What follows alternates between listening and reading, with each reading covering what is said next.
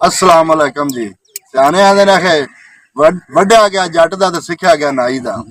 अज कल दे तुसीं गल वेखो भी आ वेख लो साडे पिंडां थावां दे विच हाले भी उहियो देसी माहौल सादा माहौल है।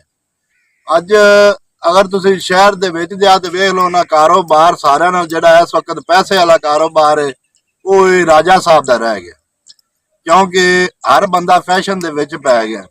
वो उत्थे असीं हमामा ते जांदे रहिए ना तो एवें माड़ी कैंची बुआई रखदे ने आसे पासे ओ मिसरी कुक्कड़ तरह ते उन्हां कटन करना कराना हुंदा कुछ नहीं ते उन्हां नूं पता है भी इक्को वारी जे वाल कट दिते ते इन्हां कोई 2 महीने आवना कोई ते वो मुड़ साडा ते कम नहीं चलना। ते जेहड़े साडे पिंडां दे देसी जट नाई हुंदे ने इन्हां जिन्हों फड़ना उन्हों इवें बनावना भी 6 महीने इहदे मने मुड़ दोबारा फेरा ना पावना गल भी वो जेहड़ा ना अजकल कमाई का जेहड़ा सारा ना कमाई का कारोबार अगर तुसीं वेखो ना तो नगद वो इन्हां नाइयां को रह गया भी हर बंदा फैशन दे विच पै गया। बंदे नूं किसे नूं कुछ शै लभे ना लभे उन्हें जांदा कंघी सीवन आपदा सोहना रखना।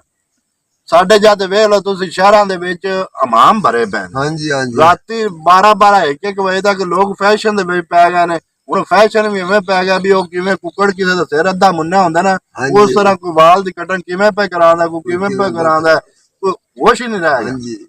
ते साडे जेहड़े पिंडां थावां दे जट बंदे सन ना ये हाले भी चंगे ने।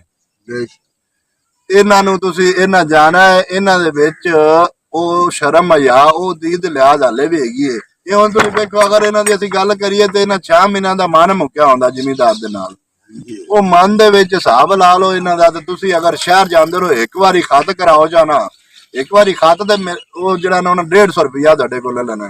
जे तुसीं पुज पै जे तुसीं आखे अज असीं कटिंग ही करावनी है ते मुड़ 250-300 रुपया तुहाडा नाल नहीं रहा। अजकल कारोबार मेरे ख्याल में सारियां नालों अमीर तरीन ते कामयाब कारोबार जेहड़ा रह गया ब्यूटी पार्लरां दा रह गया हमामा वालियां दा रह गया जिन्ना नगद कम और रश तुसीं वेख लो हमाम भरे पे ने हर वेले रश ही रश हुंदा है। अगर खत कराना पवे तो नहीं लभदा।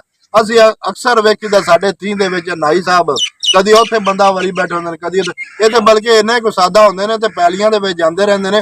जे कोई पानी किते रेज दा भी झल गया ते ना उहदे नाल भी उन्हां फड़ दाड़ी मोंदे नहीं वो ना जिल्ला ते सुक्की छल देंदे ने उत्थे इन्हां आपदा वेला करदे ने। ते वो जेहड़े शहर वाले ने वो तरह तरह दे साबन पे लांदे नी पाउडर पे लांदे नी वन सोनियां क्रीमां पे लांदियां नी।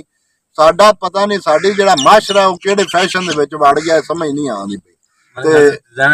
डिजाइन वाली दाड़ियां वेखो हालांकि गुनाह सुनते रसूल है डिजाइन वाली दाड़ियां नहीं बनावनियां चाहिए लेकिन हुण कोई अहीं बनाई आंदा कोई डिजाइन किवें कि कन्ना में मुंदरे पाए ने साडे माशरे दा हुण अल्लाह हाफिज़। ते मैं अज भी एप्रीशिएट करना आपदे पिंड वाले नाइयां नूं कि ये वाकई अच्छा काम करदे ने। मुड़ जेहड़ा ये काम करदे सुथरा नीयत नाल 6 महीने इन्हां दोबारा नहीं करना पैंदा।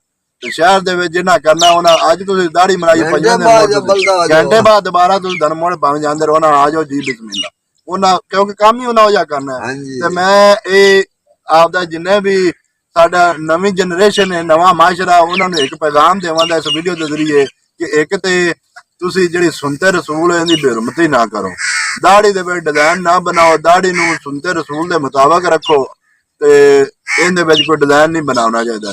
दूजा जेहड़े फैशन चल पे ने अज बुढ़ियां बोदे कट्टी आंदियां ने ते बंदे जेहड़े ने लम्मे लम्मे वाल छड्ड ते गुत्तां बनाई आंदे ने। ओ यार मर्द बंदा जेहड़ा हुंदा ओह मुछ ना सोहना लगदा ते बुढ़ी गुत्त ना सोहनी लगदी।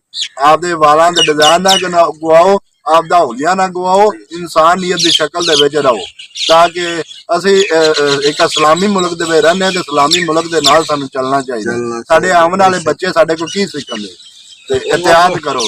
ये program city press club register की तरफों पेश किया गया। मिलांगे किसी नवे प्रोग्राम नाल तब तक वास्ते अल्लाह हाफिज़ पाकिस्तान जिंदाबाद।